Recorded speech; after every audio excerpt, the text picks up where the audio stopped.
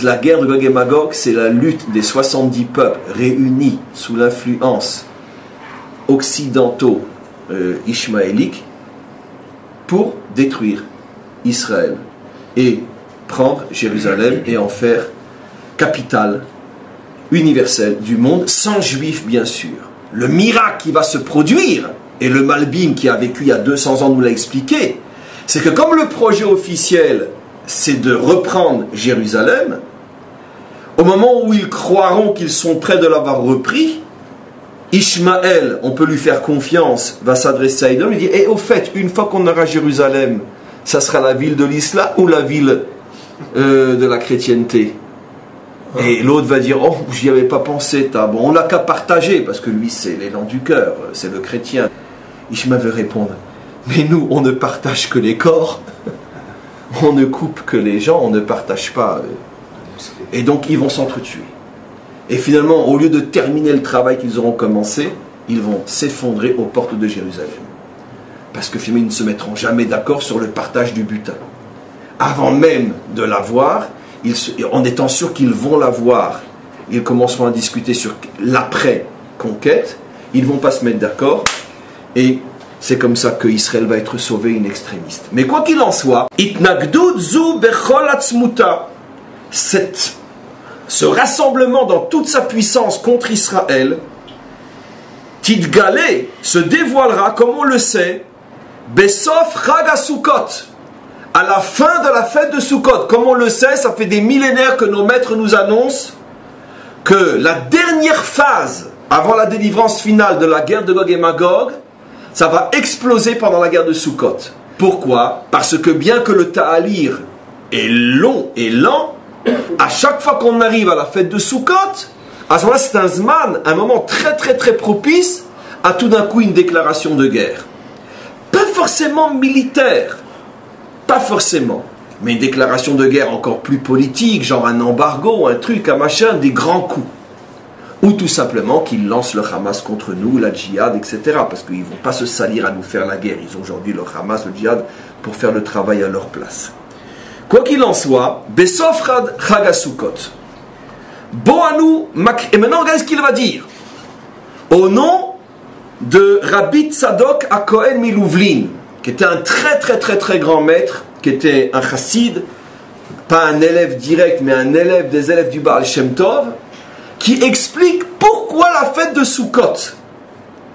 Et vous allez voir quelque chose d'absolument fabuleux, qu'on connaît déjà, mais redit d'une manière extraordinaire. Pourquoi?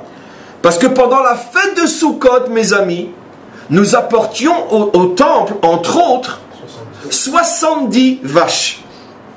Et ces 70 vaches, disent nos maîtres, étaient 70 offrandes que l'on répartissait tout au long des 7 jours de la fête de Sukkot, en honneur des nations, comme pour montrer que les nations ont une place dans notre cœur et dans notre service, et dans la maison du maître du monde, parce que la vocation d'Israël n'est pas que pour lui-même, mais pour amener toutes les nations à servir Hachem. Et donc on apportait ces 70 animaux.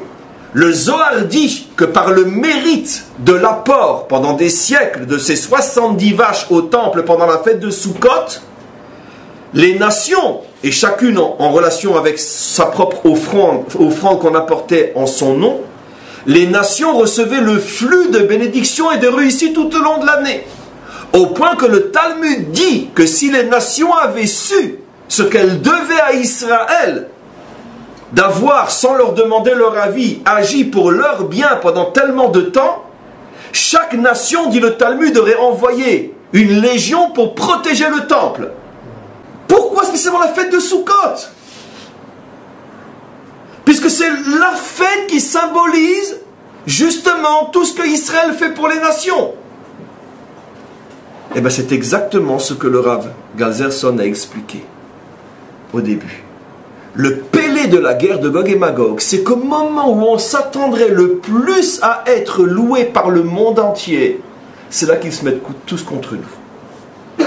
Au moment où le monde entier devrait célébrer la grandeur des soldats d'Israël qui préfèrent mourir plutôt que de toucher, si on peut l'éviter, un enfant palestinien, et que si l'enfant palestinien est touché, c'est parce qu'il a sur la tête une carabine de son oncle, ou peut-être même de son père, ou de son frère, ou de son neveu, ou de son beau-frère qui lui dit si tu bouges, je te tire dessus, poste-toi à la fenêtre pour recevoir l'obus en pleine figure, pour que je puisse après prendre une photo de ton visage déchiqueté, au lieu que le monde entier qui a les photos de ce qui se passe, disent regardez cette armée qui met en péril ses enfants pour essayer de protéger au maximum la population tenue en otage par des monstres.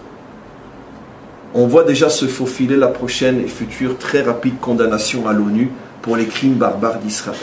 Comment c'est possible? Eh bien la réponse est dans la Torah, mes amis, nous dit le maître. Comment est-il possible que les nations ont choisi la fête de Sukkot, qui est la fête où Israël montre qu'il n'existe que pour les nations? C'est cette fête qu'ils choisissent pour nous attaquer? Comment c'est possible? La réponse est qu'il n'y a pas de réponse. Il n'y a qu'une seule réponse. Ça, c'est la force maléfique de Édom et d'Ishmaël. Lorsqu'ils se mettent ensemble, ils sont capables de retourner le bien qu'Israël fait contre lui-même. Alors que, comme on a expliqué, c'est le Hamas qui devrait être condamné pour crime contre l'humanité,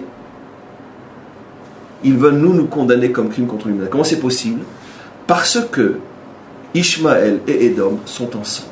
On accepte 3 cessez-le-feu que eux ne respectent pas. On engage les troupes, et malgré tout le monde entier commence doucement mais sûrement et de plus en plus rapidement à être contre nous. Comment c'est possible? Ça nous rend fous. La réponse est dans la Torah. Au moins au niveau du mécanisme, la guerre de Gog et Magog aura lieu au moment de la seule fête où on ne se serait vraiment pas attendu à ce qu'ils nous disent merci de cette manière-là. Maintenant, ça n'explique pas encore le mécanisme, mais ça nous permet au moins de comprendre que ce que nous vivons n'est que l'expression la plus profonde de mécanismes déjà placés dans la Torah il y a des millénaires. Donc, ça ne nous console qu'à moitié, mais je pourrais presque dire que ça nous console complètement. Pourquoi? Parce que si c'est un mécanisme prévu par la Torah, c'est qu'il a forcément un sens extraordinaire pour nous. Et comme on sait aussi que c'est précisément de la guerre de Gog et Magog que l'on sortira vainqueur pour rentrer dans la délivrance finale et éternelle, on comprend que ce processus insupportable à nos yeux aujourd'hui est véritable annonciateur de notre délivrance définitive, aussi difficile que ça soit au présent.